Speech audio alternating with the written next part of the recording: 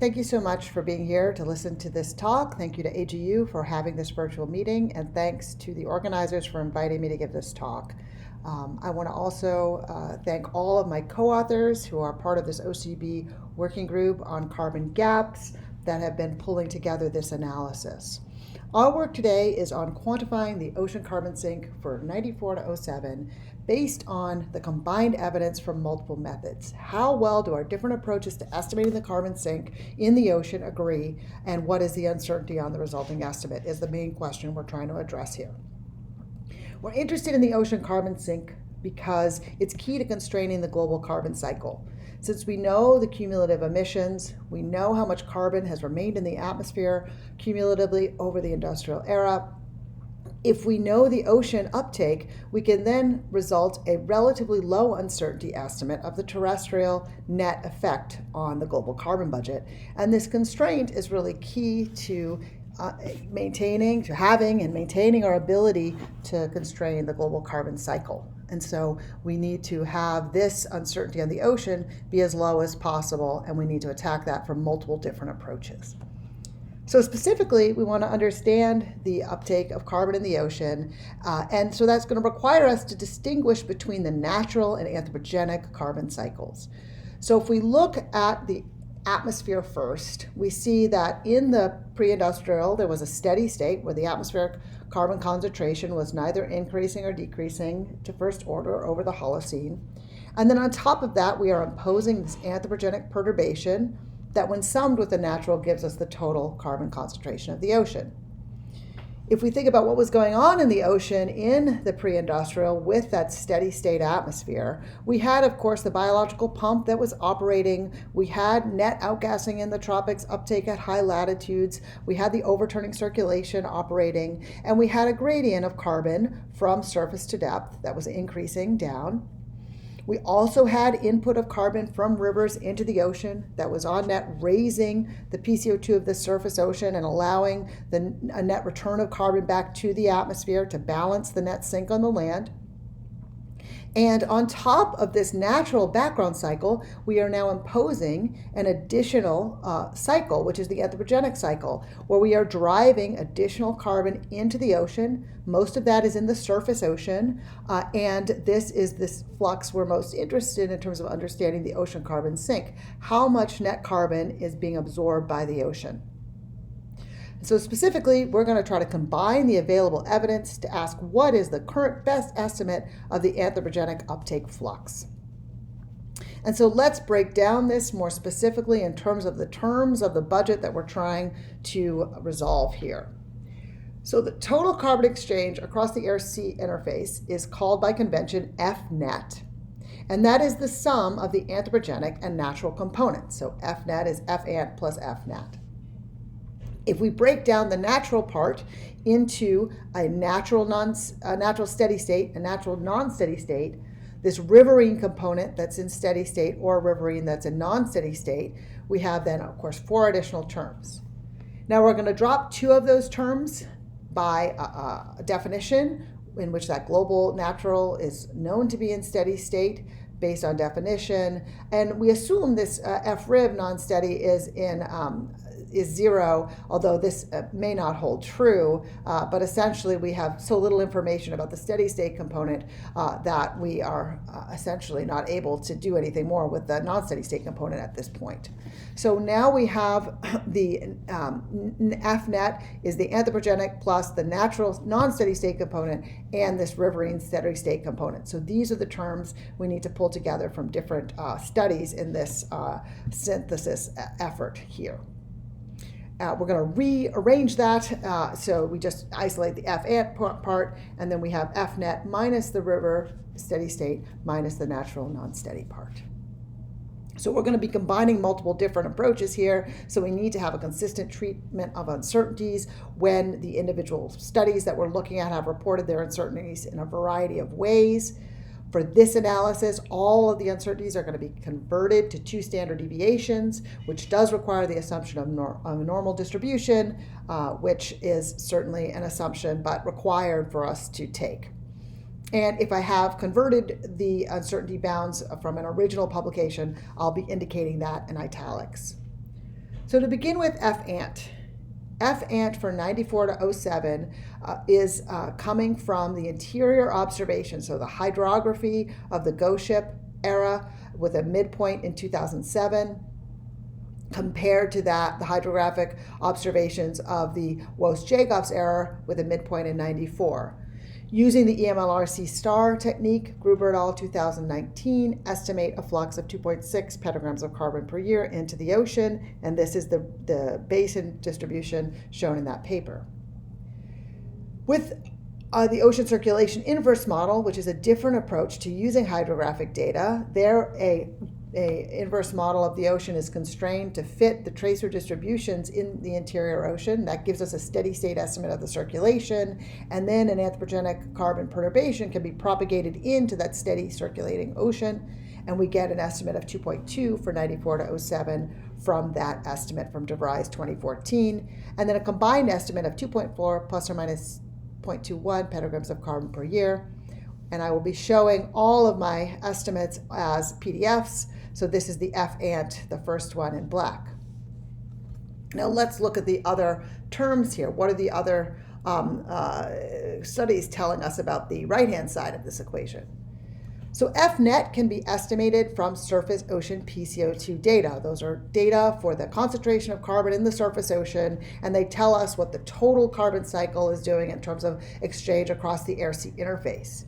We have the SOCAT database that provides the data, and then the data products are extrapolated from the relatively sparse PCO2 data, only about 2% coverage, to the global ocean using machine learning or other statistical approaches to cover the whole globe for every month from about the mid-'80s to present. And so those data sets, those data products give us approximately global coverage. We fill them with a full coverage climatology in locations where they're not giving an estimate. We use 3 different wind products and scale the parameters of the equation for the C14 as required to use those parameterizations to estimate the flux.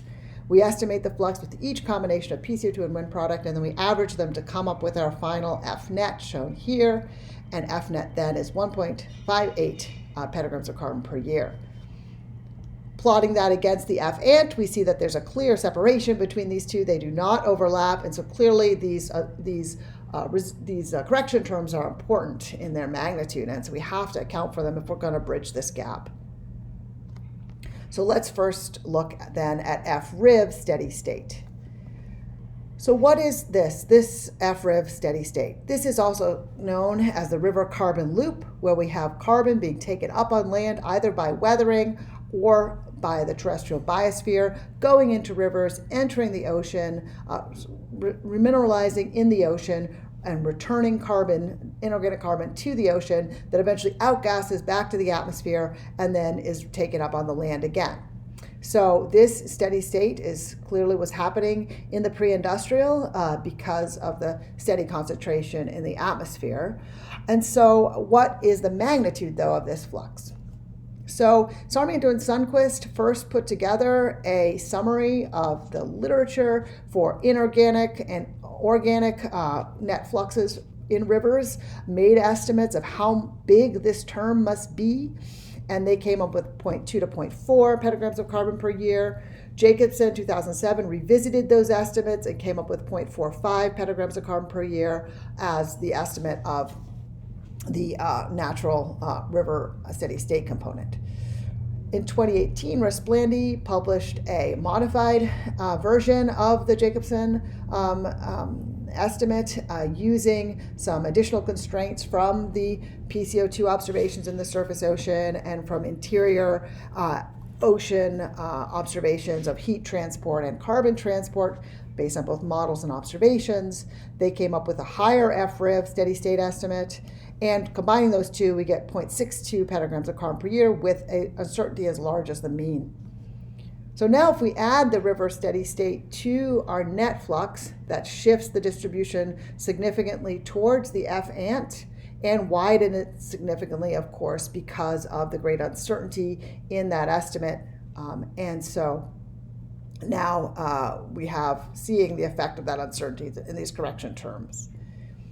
Now let's go to consider the natural non-steady component.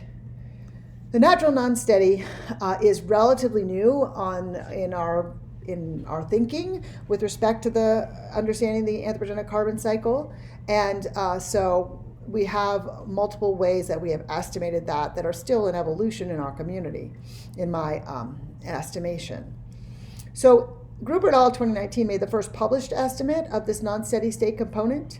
What they did is they took the SOM FON, of the PCO2 products, adjusted it for the river component, and then they said, well, if I could estimate an Fant flux in relation to this, then I could come up with an estimate of how much the difference between these two would be that natural non-steady state component. So but how do you get this Fant component? You have to make some assumptions. What they did is they assumed this transient steady state, which assumes that the concentration, that the flux into the ocean of anthropogenic carbon is directly proportional to the accumulation in the atmosphere.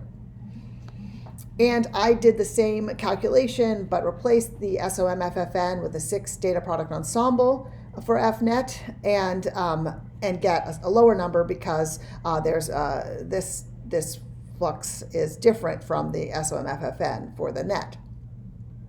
Now, the problem with this estimate is that this transient steady state assumption has been shown to be untrue because that the atmospheric accumulation has not been explicitly exponential directly, and we know that the transient steady state only works when it is the accumulation in the atmosphere is exponential. So we know that these estimates are likely upper bounds on what the natural non-steady state must be. So in this work, we come up with 2 additional estimates. One is from ocean models. And what we do here is we assume that the climate is acting primarily on the large natural background in the ocean. And so we estimate by the natural non-steady component by comparing runs with, in red, and without, in black, the variable climate. So we say, well, if climate was constant, you didn't have this natural non-steady state thing happening, but if you had variable climate, you would have had it happening. And so we get an estimate for that FNet non-steady of 0.15 from the ocean model suite of DeVries, and from the box model that my group has recently published, we get 0.06 as an estimate of the natural non-steady component. And the combining these, we get 0.21 plus or minus 0.14 petagrams of carbon per year for that natural non-steady component.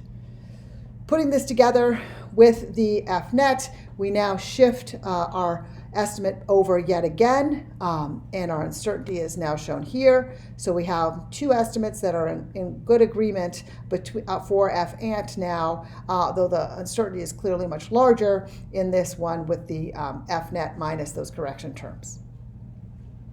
The last approach we'd like to use here is the hindcast models that are used in the global carbon budget. And because those have the natural carbon cycle in them, those models include the natural carbon cycle, but they do not have the river in them, the river carbon loop. Those models are giving us Fant plus the FNat non-steady state. Taking 9 models for the most recent global carbon budget, we get this red line here.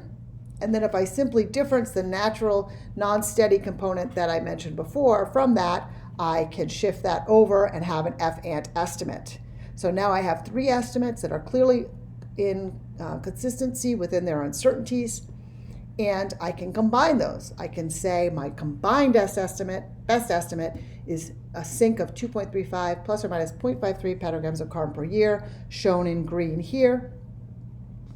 And I will conclude to say that we now have 3 independent approaches that give us a consistent estimates of Fant with a combined sink of 2.35 plus or minus 0.53 petagrams of carbon per year for the period 94 to 07. However, we have major uncertainties that are associated with these poorly constrained correction terms in the river and the natural non-steady. And these are required to link the independent Fant and FNet estimates, and so we need to do work to better constrain these.